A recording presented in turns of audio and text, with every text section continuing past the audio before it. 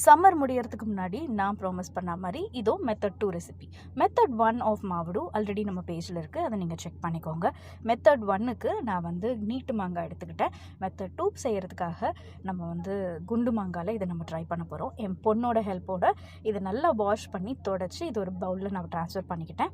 இதுக்கு தேவையான அளவுக்கு உப்பு ஆட் பண்ணிவிட்டு இதில் நான் நல்லெண்ணெய் ஆட் பண்ண போகிறேன். மெத்தட் 1க்கு நான் விளக்கெண்ணெய் ஆட் பண்ணேன்.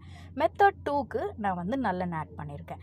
இது கூட நம்ம ஊற வைக்கிறதுக்கு முன்னாடியே நம்ம கடுகு, மஞ்சள், அப்புறம் மிளகாத்தூள் இது எல்லாத்தையும் அரைச்சி இந்த அரைச்ச நம்ம பொடியை இந்த மாவுடோட நம்ம அப்படியே ஸ்ட்ரெயிட்டாக ஆட் பண்ண போகிறோம். இது ஃபஸ்ட்டு நம்ம தண்ணி விட்டு சுருங்கி அந்த மாதிரி செய்கிறதுக்கு பதிலாக இதை நம்ம ஸ்ட்ரெயிட்டாக ஆட் பண்ணும்போது ரொம்ப ஈஸியாக இதை செஞ்சு முடிச்சிட்ட மாதிரியும் இருக்கும். அண்ட் இது கொஞ்சம் டிஃப்ரெண்ட்டான டேஸ்ட்டாகவும் இருக்கும்.